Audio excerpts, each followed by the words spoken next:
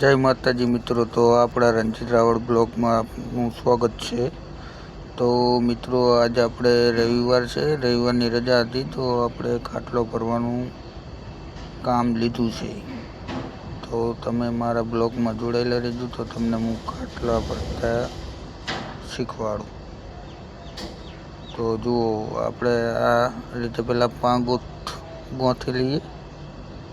પાંગોટ ગોથી પછી આપણે આગળ ખાટલો ભરવાનું કામ કરશું।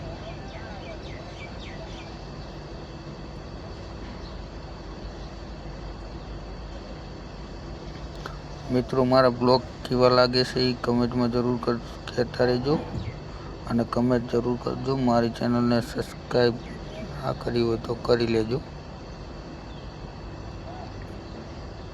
જો દોરી કટે તો આવી રીતના પાછું પાડી લેવાનું, સેટ કરી લે એટલે કમ્પ્લીટ આવી જાય દોરી।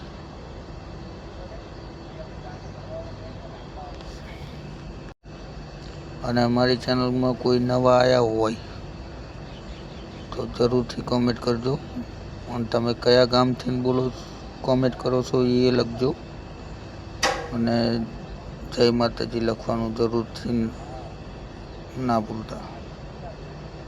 તો આપણે હવે ખાટલાની બધું કામ કમ્પ્લીટ કરી લીધું છે, અને આ ઊભી દોરી નાખીને પછી આડી દોરી આપણે ખાટલો ગૂંથવાનો છે। તો મેં બે કલર લીધા હતા, વ્હાઈટ ને પીળો। તો મારો ખાટલો તમે પૂરો થાય એટલે જોજો। આ પહેલા બ્લોગમાં આપણે હજુ તો ઊભી દોરી નાખી, બીજા બ્લોગમાં તમને દેખાડશું ખાટલાની ડિઝાઇન। તો આ જોજો મારી ચેનલ।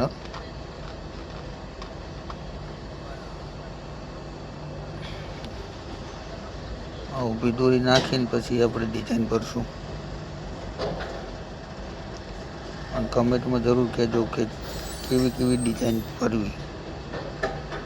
આપણાને નામવાળી પણ આવડે છે, અક્ષરવાળી આવડે છે, નંબરવાળી આવડે છે, તો કમેન્ટમાં જરૂર કહેજો।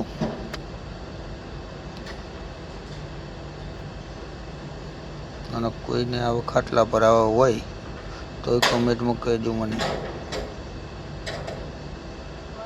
મારી ચેનલ રાવળ રણજીત બ્લોગિંગ।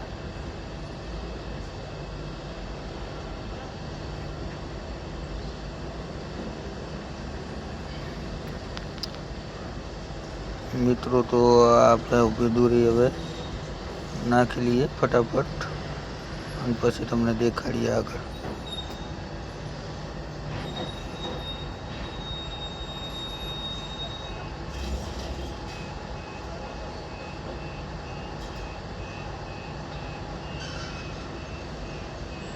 તો આપણે ઊભી દોરી નાખી દીધી છે, અને હવે આડી દોરી નાખવાની છે। તો અમારે પિયુષભાઈ આયા, પપ્પા શું કરો છો? પપ્પા મેં તો ખાટલો ભરીએ છીએ, તમારે ખાટલો ભરતા શીખવાનું છે। તો પપ્પા મને ના આવડે કે જો મારા પિયુષભાઈ તો બધું ખેંચીને દોરી બગાડવા માંડ્યા। તો જો આપણે ડિઝાઇન ચાલુ થઈ ગઈ છે ધીરે ધીરે, તો તમે જોડાયેલા રહેજો।